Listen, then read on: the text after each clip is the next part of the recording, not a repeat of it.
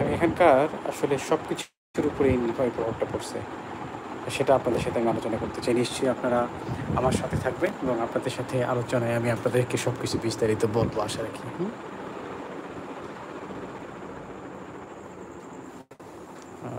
সেটা হলো যে আমাদের নীলফামারীতে গতকালকে হচ্ছে একজন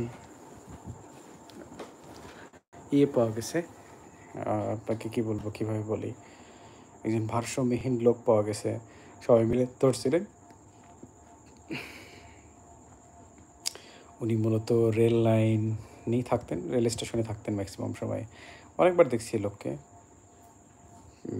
সবাই মিলেই লোকটাকে করা হয়েছে, পাওয়া হয়েছে এবং ফাইনালি ওনাকে আসলে রেস্কিউ করা হয়েছে। এক ধরনের বলা যায় যে সে কতদিন গোসল করে নাই, কতদিন পরিষ্কার পরিচ্ছন্ন ছিল না, কতদিন নিজেকে এভাবে গোছায় রাখে নাই, একদম জামা দিয়ে গন্ধ বেরোচ্ছিল, মানি ব্যাগ কিছু তার ঘাড়ের মধ্যে অনেক পুরাতন আমলের একদম ময়লা নোংরা একেবারে মানে এরকম কিছু কাপড় ছিল।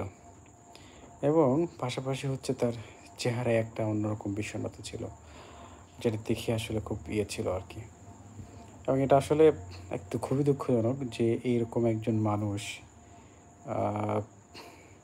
পরিচয় নাম বলতে পারছিল, অন্য কিছু বলতে পারতেছিল না, এরকম অবস্থায় রাস্তায় পড়েছিলেন। তার ভিতরে অনেকগুলো কিছু হচ্ছে, যেমন কাঁচা টাকা ছিল, অনেকগুলো ভালো টাকার নোট ছিল, অনেকগুলো হচ্ছে দেখলাম যে 100 টাকার নোট ছিল, অনেকগুলো 500 টাকার নোট ছিল, 10 টাকা 20 টাকা থেকে শুরু করে 100 টাকা 200 টাকা থেকে শুরু করে সব ধরনের টাকাই তার কাছে ছিল।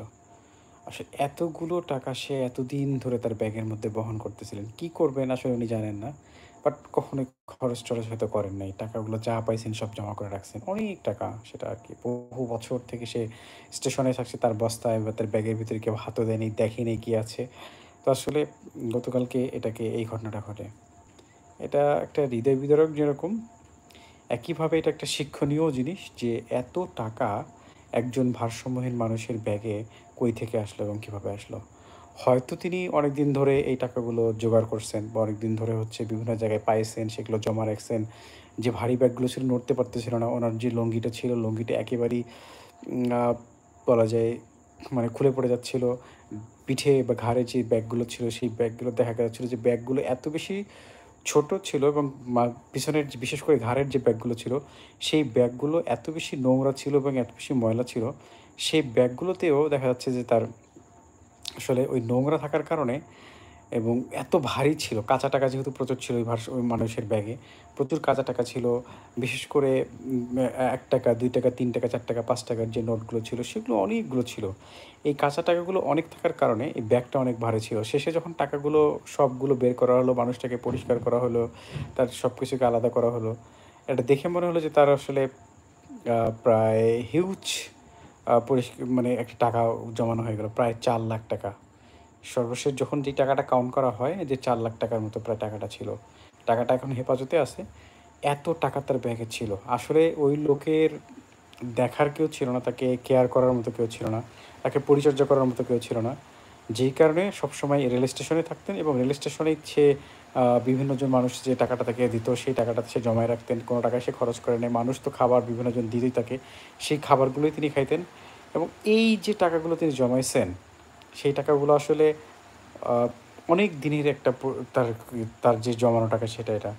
এখন তিনি বলতে পারছিলেন না টাকাগুলো কী করবেন? কিছুই বলতে পারছিল না। টাকাগুলো জমাবেন নাকি কোথাও রাখবেন, কিছুই বলতে পারতেছিল না।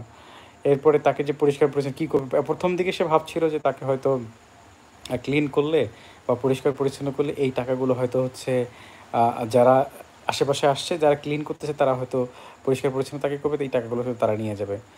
আসলে কেউ তার টাকাটা নিবে না। কারণ হচ্ছে এইরকম একজন মানুষের যে ব্যাগের ভিতরে এত টাকা পাওয়া যেতে পারে, এটা কেউ চিন্তাই করতে পারে নাই। বর্তমান যে পরিস্থিতিতে একজন মানুষের কাছে, তার কাছে ৳4,00,000 থাকতে পারে, 4,00,000 এর বেশি টাকা থাকতে পারে, এটা কেউ এক্সপেক্টই করে নাই এইরকম একজন মানুষের কাছ থেকে। সো উনার ওই টাকাটা এখনও সব কিছু ঠিকঠাকভাবে রাখা হয়েছে। টাকাটা কোনো কেউ ক্ষতি করে নাই। ওনার ট্রিটমেন্ট চলতেছে, ওনার পরিষ্কার পরিচ্ছন্নতা সবগুলো হচ্ছে করা হয়েছে, ওনাকে খাবার-দাবার দেওয়া হয়েছে, সব কিছু মিলে এখন উনি সুস্থ আছেন। এখন মেইন উদ্দেশ্য চলতেছে তার পরিবারের কোনো সদস্য